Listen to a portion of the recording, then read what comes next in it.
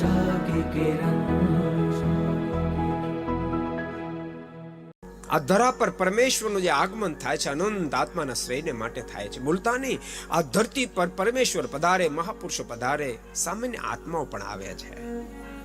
પણ ભૂલશો નહીં, પરમેશ્વર સ્વયં સ્વતંત્ર થકા બ્રહ્માંડમાં પધારે છે. મહાપુરુષો પરમાત્માને આદેશ અને આજ્ઞાથી આવે છે, સામાન્ય જીવાત્મા કર્મને આધીન બનીને આવે છે.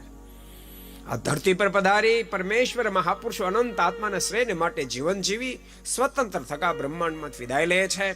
સામાન્ય વ્યક્તિ નિજી સ્વાર્થને માટે જીવન જીવી કર્મને આધીન બની વિદાય લે છે. પણ સામાન્ય વ્યક્તિ મહાપુરુષ સ્થિતિમાં પલટાય એટલા માટે પરમેશ્વર મહાપુરુષો આ ધરતી પર પધારતા હોય છે. એ દરજ્જો આપવા માટે આ ધરતી પર આવે છે.